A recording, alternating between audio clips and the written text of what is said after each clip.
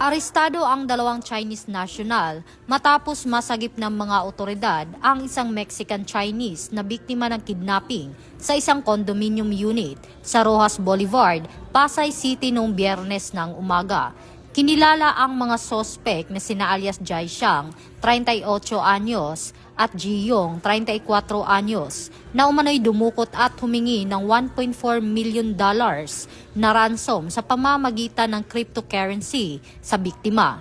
Natuntun ang mga sospek matapos makapagpadala ng distress message ang biktima sa kanyang kaibigan na agad humingi ng tulong sa pulisya. Na-recover sa operasyon ang isang posas at kutsilyo na ginamit umano sa pagbabanta. Inihahanda na ang kaukulang kasong kriminal laban sa mga sospek. Ito ang bagong PNP para sa bagong Pilipinas. Serbisyong mabilis, tapat at nararamdaman.